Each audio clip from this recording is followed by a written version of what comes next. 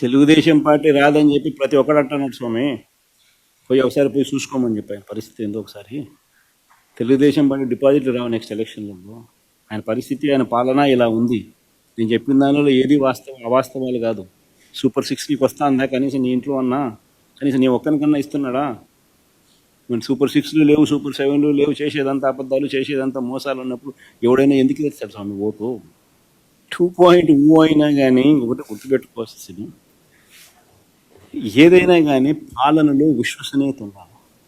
ఒక మాట చెప్తే ఒక రాజకీయ నాయకుడు అది చేస్తాడు అన్న నమ్మకం ఉండాలి. That is called governance, that is called విలువలు, విశ్వసనీయత. ఈ రెండు ఉన్నప్పుడు పాలన అనేది ఆటోమేటిక్లీ బాగా ఉంటుంది. ఎస్, లాస్ట్ టైం నిన్న నా ప్రెఫరెన్స్లో I was mentioning more about కార్యకర్తలకు సంబంధించిన విషయం. ఎందుకంటే లాస్ట్ టైం మనం అధికారంలోకి వచ్చిన వెంటనే జూన్లో అధికారంలోకి వచ్చాం, మార్చ్లోనే కోవిడ్ వచ్చేసింది. సో ఆ తర్వాత 2.5 సంవత్సరము తీవ్ర రాష్ట్రంలో అసలు ఫోకస్ మొత్తము కోవిడ్ మేనేజ్మెంటు, రాష్ట్రానికి సంబంధించిన వనరులు మేనేజ్మెంటు, ప్రజల సంక్షేమము, సేఫ్టీ, వీటి గురించే టైం కేటాయింపులు చేయాల్సి వచ్చింది. సో ఈ నేపథ్యంలో కార్యకర్తలకు ఒక నాయకుడిగా, ఒక పార్టీ నాయకుడిగా, ఒక లీడర్గా, కార్యకర్తలకు ఒక తండ్రిగా చేయగలిగింది బహుశా నా దృష్టిలో నేను తక్కువ చేసినానని నాకు అనిపించింది. ఎందుకు అనిపించింది అని అంటే, ఈరోజు వైఎస్ఆర్సీపీ కాంగ్రెస్, వైఎస్ఆర్సీపీ కార్యకర్తలు ఈరోజు పడతా ఉన్న బాధలు చూసి, ఈరోజు చంద్రబాబు నాయుడు అనే వ్యక్తి వాళ్ళకు పెడతా ఉన్న కష్టాలను చూసి, నిజంగా వాళ్ళను చేస్తూ ఉన్న హెరాస్మెంట్ని చూసి, సో ఇవన్నీ చూసినాక వాళ్ళకు మంచి చేయాలి. వాళ్ళ మీద ఎవరైతే సులుం ప్రదర్శించినారో వాళ్ళందరికీ బుద్ధి రావాలి. పోలీస్ డ్రెస్ ఉంది కదా అని చెప్పి నీ ఇష్టం వచ్చినట్టుగా నిన్ను ఇల్లీగల్గా అరెస్ట్ చేయకూడదు. There's got to be some account of responsibility. అలాంటి వాళ్ళతో, ఆ అన్యాయం చేసిన వ్యక్తితో, అన్యాయం చేయబడిన వీళ్లకు సెల్యూట్ కొట్టించి క్షమాపణ చెప్పిస్తాం. ఒకవేళ అలా చేయకపోతే చట్టం ముందు నిలబెట్టించే కార్యక్రమం చేస్తాం. ఇలా ప్రతి ఒక్కరికి కూడా గవర్నమెంట్ అంటే మీకు తోడుగా ఉంటుంది అన్న నమ్మకం కలిగించే విధంగా ప్రతి అడుగు వేస్తాం. వైఎస్ఆర్సీపీ 2 పాలన కార్యకర్తలకు భరోసాగా ఉంటుందని మాత్రం ఖచ్చితంగా చెప్తాం. పోటీలో దిగుతాం, గెలుస్తామనే పోరాటం చేస్తారు, గెలవాలనే కోరుకుంటాం, గెలుస్తామనే ధీమా కూడా మాకుంది. ఓకే, అర్థమైందా? నెక్స్ట్ ఇంకొకటి, ఇప్పుడు వాళ్ళు మేమేమంటున్నాము, అక్కడ నిజంగా పులివెందల్లో జగన్మోహన్ రెడ్డి అడ్డ, పులివెందల బిడ్డ జగన్మోహన్ రెడ్డి అనుకున్న వాళ్ళందరూ ఈరోజు ఆఫ్టర్ ఆల్ మీరు అన్న 10,000 ఓట్లకి ఎందుకు భయపడాలి? 11 నామినేషన్లు ఎట్టొచ్చినాయి? మనం ఆలోచించుకోవాలి కదా. ఇప్పుడు మమ్మల్ని అడిగిన క్వశ్చన్స్ వాళ్ళని అడగండి ఒకసారి. నేను మీరు ఏ క్వశ్చన్ అడిగినా నేను సమాధానం చెప్తా. కానీ ఒకటేంటంటే మీకు క్లియర్గా చెప్తున్నా, మరి అంత ఓటమి భయం దేనికి? 11 నామినేషన్లు వచ్చినాయండి. నాకు తెలిసి లాస్ట్ 2 టర్మ్స్లో జడ్పీటీసీకి నామినేషన్ కూడా పడిన పరిస్థితి లేదు, యునానిమస్. పులివెందల్లో 95% ప్రెసిడెంట్ ఎలక్షన్ యునానిమస్ అవుతాయి. Okay, 100% ZPTC, MPTC elections unanimous అయిపోతాయి. మరి అటువంటి పరిస్థితుల్లో ఈరోజు గవర్నమెంట్ పోయిన ఈ 14 నెలలలోనే 11 నామినేషన్లు పడినాయి అంటే ఈరోజు పులివెందల ప్రజలు ప్రజాస్వామ్యాన్ని స్మెల్ చేస్తున్నారు, ప్రజాస్వామ్యాన్ని అనుభవిస్తున్నారు. ఈరోజు వాళ్ళు ఒక రాచరిక వ్యవస్థ పక్కన పెట్టి ప్రజాస్వామ్యాన్ని వాళ్ళు ఫీల్ అవుతున్నారు. కాబట్టి 11 నామినేషన్లు బయటకు వచ్చినాయి. నామినేషన్లు వేయడానికి ధైర్యంగా వచ్చి నామినేషన్లు వేసి వెళ్ళారు, క్యాన్వాసింగ్ ధైర్యంగా చేసుకుంటున్నారు, ఎలక్షన్లకి ధైర్యంగా వెళ్తున్నారు. వీళ్ళకేంటండి నొప్పి? ఏమీ లేవండి, అన్ని ప్రికాషన్స్ మేము తీసుకున్నాం. అందుకే ఇంచుమించుగా చాలా మంది మీద బైండ్ ఓవర్లు పెట్టాం. బైండ్ ఓవర్లు పెట్టిన వాళ్ళ గురించి కూడా గౌరవ పులివెందుల ఎమ్మెల్యే గారు ఒక మాట అన్నారు, ఏ రోజు కూడా పోలీస్ స్టేషన్ మొహం చూడని వాళ్ళని కూడా బైండ్ ఓవర్ పెట్టారన్నారు. అటువంటిది ఏమీ లేదు.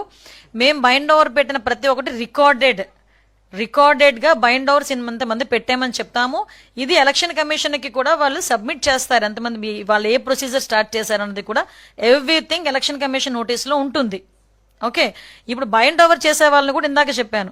కొంతమంది నేర ప్రవృత్తి ఉన్న వాళ్ళు ఉంటారు, హ్యాబిచువల్స్ ఉంటారు, కొంతమంది రౌడీ షీటర్స్ ఉంటారు, పాత నేరస్తులు ఉంటారు.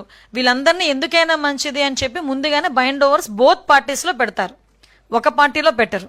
ఈ విషయం కూడా 20 సంవత్సరాలు రాజకీయం చేసిన వ్యక్తికి నేను చెప్పడం అన్నది, మరి ఆయన అలా ఫీల్ అవుతారో నేను గర్వంగా ఫీల్ అవ్వాలో నాకు తెలియట్లేదు. కుంభకోణంలో కట్టలు కట్టలు లెక్కేస్తున్నారు, టీవీలలో వస్తున్నాయి, నాయకులు చెప్తున్నారు అక్కడ 2000 రూపాయల నోట్లు ఉన్నాయి, అవి మొన్న ఎట్లా పంచుతామని చెప్పి. అరే పిచ్చోళ్ళారా, అది మీరు 19 నుంచి నొక్కిన డబ్బురా, అది దాని వీడియోలు అక్కడ దొరికినాయని చెప్తున్నాం. ఈరోజు ఇక్కడ ఎలక్షన్ పెట్టంగానే ఎలక్షన్ స్పోర్టివ్తో పోటీతత్వంతో ప్రచారం చేసుకోకుండా ఒకరి స్క్రిప్ట్ చెప్తున్నారు, సినిమా ఎట్ట తీస్తారని చెప్పి. స్క్రిప్ట్ కథ రాసింది ఆయనే, ఎలా తీయాలో చెప్తున్నారు, డైరెక్షన్ ఎలా చెప్తున్నారు, అన్ని చెప్తా ఉన్నారు. అంటే మొన్న పోయినసారి వాళ్ళ అధికారంలో ఉన్నప్పుడు జరిగిన ఎలక్షన్ వాళ్ళు ఇలానే జరిపినారా అని నేను అడుగుతున్నాను. ఈరోజు పోలీసు వాళ్ళను పెట్టుకొని నడుపుతారంటున్నారు. అంటే మీరు ఆ దినం ఇలా నడిపినారు కాబట్టి మీ బుర్రలోకి మొదట వచ్చిన ఆలోచన ఏంటి, ఇలానే నడుస్తాదని చెప్పి. మరి మీరా మమ్మల్ని ప్రశ్నించేది, తెలుగుదేశం పార్టీ వాళ్ళని ప్రశ్నించేది మీరా, కూటమి పార్టీలో ఉన్న నాయకులను ప్రశ్నించేది మీరా. ప్రశ్నించే అర్హత మీకు లేదని సందర్భంగా తెలియజేసుకుంటా ఉన్నారు. అరెస్ట్ చేయడం అనేది ప్రజలు గమనిస్తున్నారు. సో ఈ విధంగా తప్పుడు కేసులు పెట్టిన చంద్రబాబు నాయుడు కూటమి ప్రభుత్వాన్ని కూకటి వేళ్లతో సహా పెకిలించి బయటపడేసేంత వరకు మేమందరం కూడా పోరాడతామని కూడా ఈ సందర్భంగా తెలియజేసుకుంటున్నాను. అండ్ ఈరోజు తెలుగుదేశం పార్టీకి చెప్తున్నాను, ప్రశాంతి గారికి ఏదో జరిగిపోయిందని అన్ని ఛానల్లో డిస్కషన్ పెట్టి ప్యానెల్ మీటింగ్లు పెట్టి మళ్ళీ ప్రసన్న కుమార్ రెడ్డి ఇంటికి పోయి ఆయన ఇల్లు డ్యామేజ్ చేసింది మీరు అందరూ చూశారు. పోలీస్ స్టేషన్లో వెంటనే కేసులు పెడతారు, కోర్టు కూడా ఏ విధంగా తప్పు. ఈ రోజు అధికారం ఉంది కదా అని ఎగిరెగిరి పడితే రాబోయే కాలంలో జగనన్న ముఖ్యమంత్రి అయిన తర్వాత ఎగిరెగిరి పడిన వాళ్ళని ఎగరేసి తంతామని కూడా ఈ సందర్భంగా తెలియజేసుకుంటున్నారు. వైఎస్ఆర్ కాంగ్రెస్ పార్టీలకు సంబంధించిన కార్యకర్తలు, నాయకులు ఈరోజు జగన్మోహన్ రెడ్డి గారికి మీరు కేసులు పెట్టినా ఏం పెట్టినా అండగా ఉంటారు, ఉండి తీరుతారు. రేపు ప్రజలను కూడా మేము ఒకటి అడుగుతా ఉన్నాం, నెల్లూరు జిల్లా ప్రజలు, నెల్లూరు జిల్లా వైఎస్ఆర్ కాంగ్రెస్ పార్టీకి ఎప్పుడు కంచుకోటగా ఉంటుంది. ఈ రోజు ఒకవేళ ఈ పార్టీలో ఎమ్మెల్యేలుగా ఓడిపోయి ఉండొచ్చు, ఈవీఎంల కారణంగా రకరకాల కారణాల వల్ల ఓడిపోయి ఉండొచ్చు. కానీ ఇదే ఇక్కడ మాత్రం ప్రజల్లో జగన్మోహన్ రెడ్డి గారి మీద ఎక్కడా కూడా అభిమానం తగ్గలేదు.